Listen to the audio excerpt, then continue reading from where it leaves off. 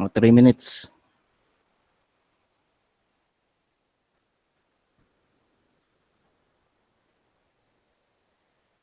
$26 pa lang yung andyan. 37 kayo.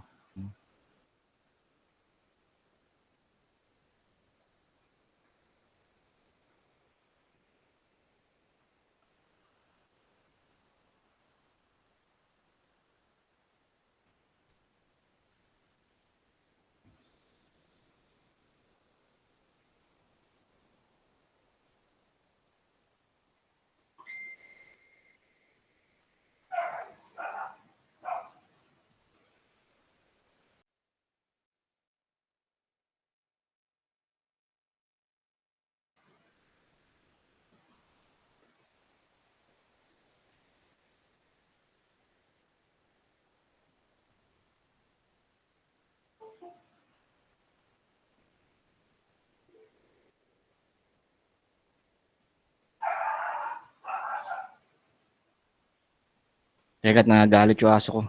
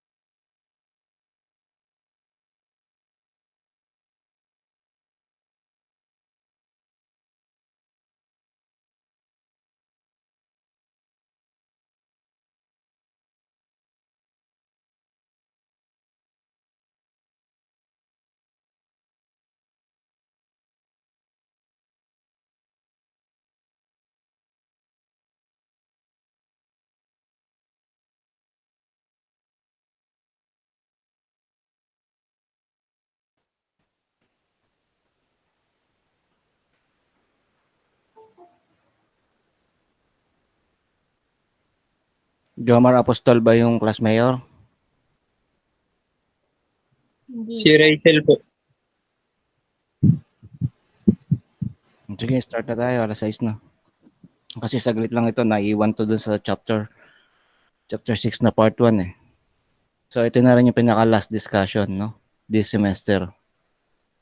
Magpa-finals na kayo sa Friday. May natin pag-usapan pagkatapos ng discussion.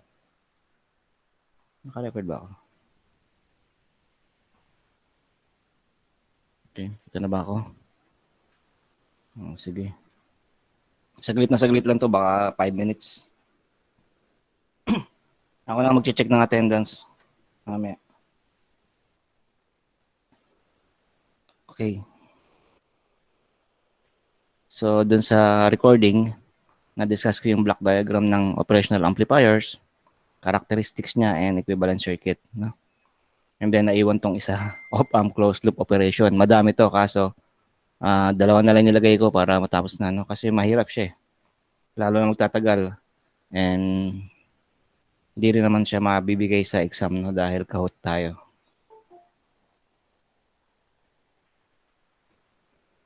Okay. So, recall muna tayo. So, ito ang isang operational amplifiers. Meron ditong negative tsaka positive. No? Pasok. Ayan. Ito yung inverting, non-inverting, and output terminals. No? Okay. Pwede tawagin B1, B2. Ito ay nakabit yung mga sources niya. No? B plus B and minus B. Okay, pag di mo nilagyan niya ng power supply, hindi yan gagana. Walang output na lalabas dito, no? Output signal kasi amplifier yan. Yung maximum voltage na kayang ilabas niya, let's say voltage amplifier, no? Yung maximum voltage na kayang ilabas dito sa output ay hindi lumalagpas sa value ng B plus and B minus. Okay? Kung ito ay equal sa 15 volts, ito ay equal sa negative 15 volts. So, ang output dito ay nagma-maximum lang ng 15 volts, no? And negative 15 volts. Okay? So, kahit meron pa siyang gain na 10,000 or 100,000 gain. Okay? Nagsasaturate siya, nagma-maximum siya. So, pasok maliit na signal, paglabas malaki, pero hindi lalagpas sa 15 yung peak value niya. Okay? And negative 15 yung peak value. Okay.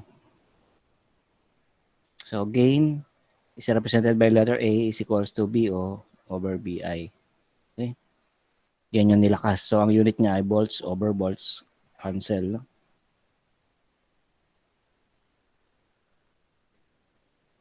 Okay. So na-discuss na yung last meeting dun sa recordings, no? Yan. So ginagamitan siya ng closed loop amplifier or operation para hindi sobrang laki ng gain kasi hindi magamit yung op-amps ng open loop. Okay, kailangan talaga ng closed loop para makontrol natin yung gain na sobrang laki. So the inverting amplifier is the most basic op-amp circuit. It uses a negative feedback to stabilize the overall voltage gain. Negative feedback kasi meron tayong feedback resistor, no?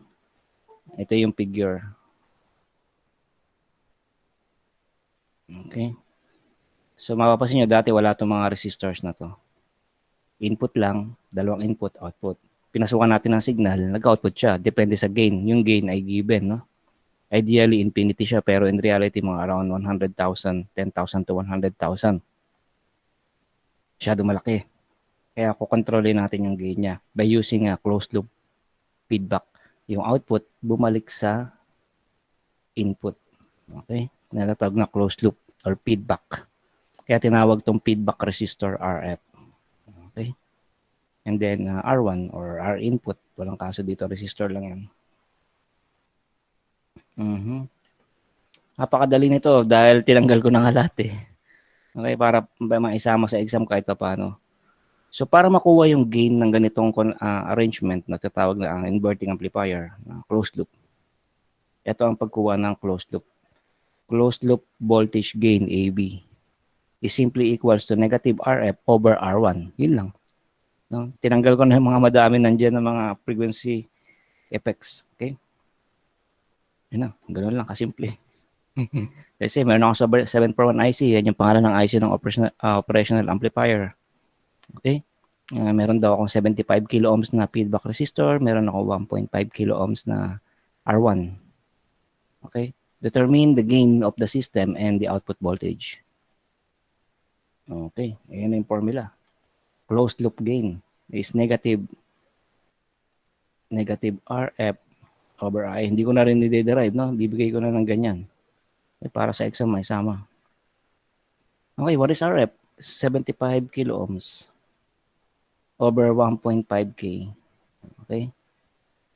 So, iba na yung gain. Iba na yung pag-complete ng gain niya na meron na siyang kino-complete na gain. Hindi na natin gagamitin yung open loop gain dun sa previous lecture na around 20,000 to 200,000. No? Anong sagot? Divide lang. Negative.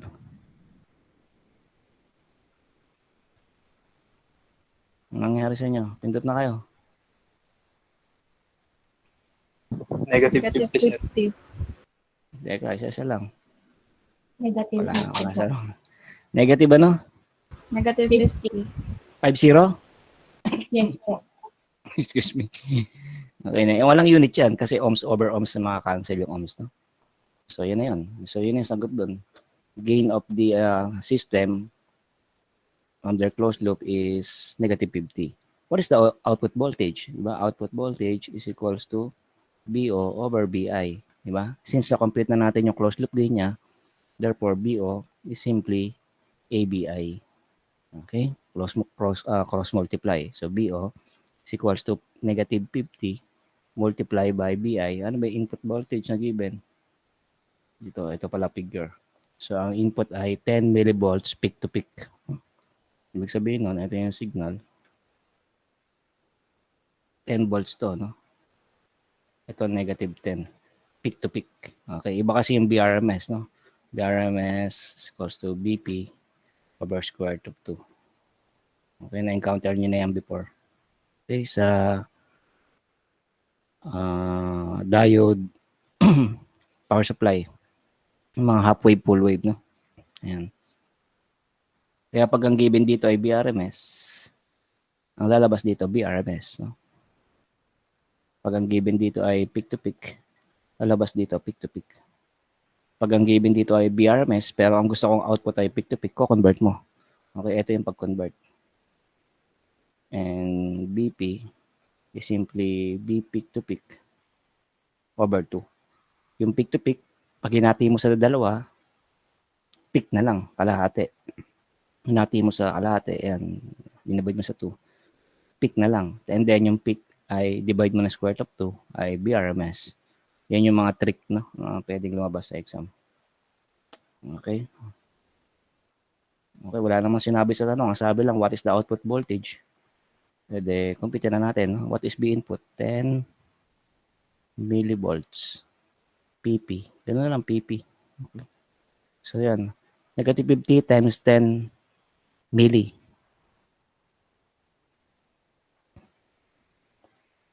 Sige, pindot.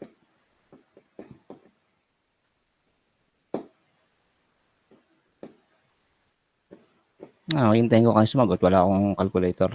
Negative 0.5, sir. Ganyan? Opo. Okay, yan na yung sagot. Ano unit nito? Peak to peak. No? Kasi minultiply mo peak to peak eh. Kaya pag tinanong ko sa exam, anong BRMS niyan? Divide mo muna ng 2 para makuha mo yung P. Tapos divide mo ulit siya ng square root of 2. O yun na. O kaya divide mo ng 2 square root of 2. Yun na yung BRMS niya. No? Okay. Yun na yan. Another possible arrangement. Tapos na yung klase. Papasok pa. Okay. Is the non-inverting amplifier na closed loop. No? Kasi meron tayong previous lecture na non-inverting amplifier na open loop. No? Meron yun. May problem solving dun. Kung pinanood niyo yung 6.1. Ito kasi 6.2. So, the non-inverting amplifier is another basic op-amp circuit that it uses negative feedback to stabilize the overall voltage gain. Yun pa rin yung purpose niya, no? Mabawasan yung gain na sobrang laki, makontrol natin yung gain. With this type of amplifier, the negative feedback also increases the input impedance and decreases the output impedance. Ito yung circuit arrangement niya. Medyo nakakalito. Pero kung titingnan mo, parehas lang din yan sa kanina. Ayusin natin. Lipat ko yung minus dito at saka plus. No? Kasi baliktad siya dun. Nandito yung plus eh. At sa kabila ba? Yung sa kabila, nandun yung minus sa taas. No? Kasi pwede yan ma-invert talaga eh. Pasok. Okay. Tapos, dito pumasok yung signal. No? Ayan. B in. Sa plus ayun. No? B in. No? Tapos, ito yung output. May resistor na, ito yung negative. May resistor dito, RF. So, pareha sa drawing kanina. Hindi niya, no? RF. Tapos, dito, may kumabit na resistor. Papunta sa ground, no? Ayan. Yun yung R1. Parang pareha sa figure kanina. Pagkakaiba, yung input nasa positive. Ito, ang input ay nasa negative, no? Pero kung titignan may figure, magkamukha lang. Ito, naka-ground yung positive. This time, naka-ground yung negative. Yung naka-ground yung negative with RI. Okay? And then, BO. Ayan, no? Pero, kasi sa libro, ito yung nakita ko eh. Ito yung nakita ko arrangement eh. Na figure. Pero, mas maganda kung ipe-present sila ng ganito na para similar doon sa inverting. Paano makuha yung gain niyan, no? Ang gain niyan ay no? That is RF over R1 plus 1. Derived na yan eh. Kung kanina, negative RF over R1, yun na yung gain. Ito naman, RF over R1 plus 1. So, positive kasi non-inverting. Yan na. Yan nakakabisado yun nyo. Yan yung mga ibibigay ko sa exam, mga ganyan. What is the closed loop gain for the non-inverting? RF over R1 plus 1, no? Pwede rin ako magpa-solve. What is the closed loop gain for inverting? Negative RF over R1. Okay?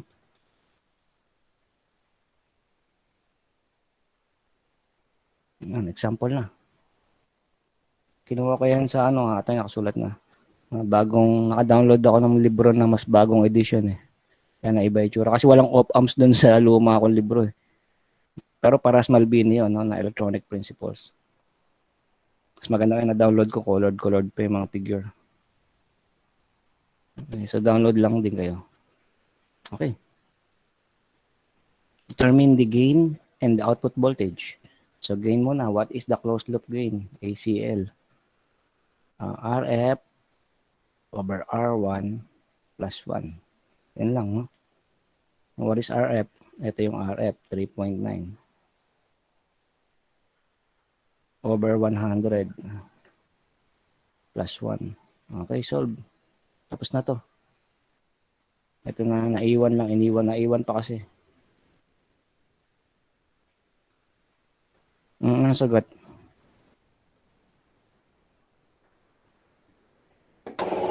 40. Ayan. So, walang unit yan na kasi ohms over ohms cancel. And then, what is the output voltage? So, that is ABI.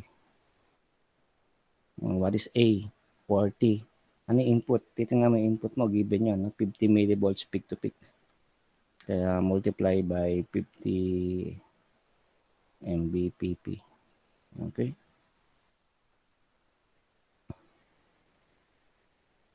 Ano ba yung output voltage natin kanina? Nakakalimutan ko. Habang napipindot kayo, hanapin ko ano yung sagot natin kanina. Ang sagot natin ay negative 0.5. No? So, tandaan nyo, pag ang sagot dito ay lumagpas ng 15 volts, saturated na yon. Dapat ang sagot nyo 15 volts. No? Ingat kayo doon. Kahit tama yung formula mo, pwede maging mali yung sagot mo. Kapag ang BO mo ay nakuha mo ay 16 volts, mali na yan. Dapat susulat mo lang dyan 15 volts. No? Kasi yan ay maximum. Kasi yun yung supply voltage dito. No? Or negative 15 kasi negative yan. Kung na-compute mo ay negative 16. Dapat ang sasagot mo negative 15 saturated. No? Alagay mo saturated. Negative 15 BSAT. Kasi hindi ka pwede lumagpas ng 15. Yan na yung maximum voltage na kaya niya ilabas. Okay, sa electronics masyado na malakas yung 15 volts. Kaya hindi problema yung saturation sa amin. No? Anong sagot niya dito? 40 times 50 milli. 2, sir. 2 lang? 2 ganyan? Ayan, yan ay sagot. Ganyan. Tapos na tayo. No? Pandagdag lang din yan. At least natutunan nyo kahit pa paano yung operational amplifiers. Okay? Normally, ang dinidiscuss dito, diniderive yan paano nakuha yan. No? Hindi na ako nag-discuss nun kasi hindi ko rin ako mabibigay sa exam. Tsaka baka pahirapan nyo pa ako sa circuits nyo. Okay. Yun na yun. Ang pag-usapan natin ngayon yung finals. No? Class Mayor. Nandiyan na ba? Yes po, sir. Ano yung napag-usapan namin nyo? Na schedule? Friday po, sir, 4 to 5 po. Anong session ba kayo? Opo, sir. A, B, 4 to 5, tapos C, D, 5 to 6, di ba? Opo, sir. Pakisabihan nga yung mga CD na mag-ready sila ng 4 p.m. Okay po. Kasi dalawa yung modem ko, lalagyan ko ng load yung isa. I-register ko. Pagsasabayin ko na yan, dalawang computer, no? Magkaiba yun. Magkaiba ng Gmeet yun. Opo, Okay. sir. Magkaiba ng internet. Isang smart tsaka isang Sky. Pagsasabayin ko para wala nang leakage, no? Okay. So, doon sa experiment ng E, may nahuli ako doon, no? Ano ba, nagkaroon kayo ng resistor color code. Tapos, pinarehas ko sa kanila yung tanong, no? Pero yung isa doon, iniba ko. Isa lang, isang resistor value doon iba. Pero ang sagot nila galing pa rin sa inyo, no? Parehas pa rin sa inyo. Kaya huling-huli talaga sila na kinopya lang nila yung sagot sa ibang section, di man lang nila sinubukan sagutan. Okay? Hindi nila kayang explain yun kasi yung sagot nila, malayong mangyari yun ang sagot doon sa tanong. At the same time, parehas doon sa answer nyo ng problem nyo. No? Kaya nilabas ko ulit yung honesty form. Pero siniro ko na yung laboratory nila kasi hindi man nila ma-explain sa akin bakit ganun sagot nila. Ingat kayo, minsan kaya mas mainam nga kung class mayor na mag-check ng mga assignment nyo eh. Kasi hindi na yan mahuhuli yung mga ganyan eh. So, ayaw naman ng tulungan ng mga mayors mag-check eh. Kaya pag ako nag-check yan, bubusisiin ko talaga yan hanggang compare ko yung mga sagot niya. Pati handwriting, tinitingnan ko. Okay. Anyway, Class Mayor, pakisabi sa A and B, sa C and D na mag-ready ng 4 p.m. Baka pagsabayin ko na. Opo, sir. Okay. Ang coverage ng finals natin ay lahat. Kasi kung gagawin kong chapter, na-explain ko na to sa previous recording ko, nakinig kayo, no? Kung gagawin kong chapter lang na 5 and 6, puro problem solving yun, no? Okay lang din sa akin kung gusto niyo yun. Okay? Pero nag-decide na rin ako, nakaut na lang. Kung kukontra lang kayo, makikiusap kayo lahat kayo, majority na gusto niyo chapter 5 and 6 na lang. Okay lang sa akin, no? Problem solving tayo, tapos ang mga resistor values, class number. So, ibig sabihin, magkakaiba kayo ng sagot. Okay? Puro biasing yun. Biasing, tsaka konting op-amps. So far, yun pa lang naman. Wala naman nagre-reklamo. So, kahit tayo. Lahat, no? Lahat ng na-discuss. Kasi ang maganda dito, yung, kung naalala nyo, nag-quiz to kayo, di ba? Part 1. Tapos nag-midterm kayo, halos hindi matanong, parang 5 tanong line na bago, di ba?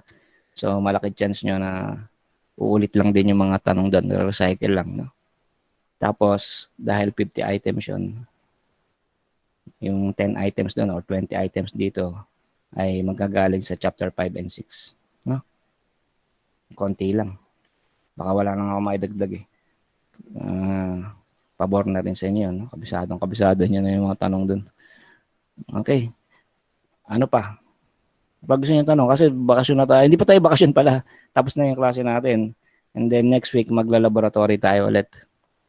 Experiment number 2. Okay? Hanggang matapos yung semester. So, walang bakasyon na maaga. Okay? Hanggang experiment 3 or 4 kung ano abutin. Okay? Siguro hanggang 3 lang siguro yan. Kasi 2 linggo lang yung masasave natin. So, habang nag-experiment na tayo, nakapag-check na ako ng mga papel, mga soli ko na yung mga scores nyo. Makapag-recompute na kayo, no? Make sure abot kayo sa 75%. Okay? Wala akong decision sa ngayon na magbaba ng passing. Okay. That is the time na hingi kayo ng favor sa akin, no? Pag ako humingi ng favor sa inyo, dapat pagbigyan nyo ako. Nung hindi nyo ako pinagbigyan, hindi ko kayo pagbibigyan. Magsa-75 tayo. Okay? Mag-recompute na kayo kung ano. Yung ibang mga assignment, hindi pa naman nasosoli. Okay. Hindi pa naman na-scorean eh. Basta lahat yun, mga re-return sa inyo yun. Habang nag-experiment tayo, makasikaso ko na yun. Any more question? Ano? Takot na naman kayo. Sige eh. Tanong. Dadalang tayo magkita, lalo yun di. Hindi ko na nga minimit yun, puro recording lang yun. Anong question? So, sige. Mag-check ka na ng attendance, Class Mayor. Kanina kasi nahanap kita, wala ka dyan eh. Sir, okay na po. Sabi ko, ako na lang mag-check ng attendance. Pag ako nag-check ng attendance, isa-isahin ko kayo dyan. Tatawagin ko yung pangalan nyo. Sabihin nyo present, no? Kasi nung nag-class recording kami ni Sir Ronald sa observation, pina-open lahat yung camera para mag-screenshot. Parang 2 lang, 3 lang yung nagbukas o hanggang 5. Asan yung mga estudyante ko? Hindi nakikinig. Okay. Naka-join in lang. So, baka may tanong pa kayo doon sa mga previous lectures natin. Madami na yan, no? Chapter 6. Kung wala na, nag-stop recording na ako. Okay.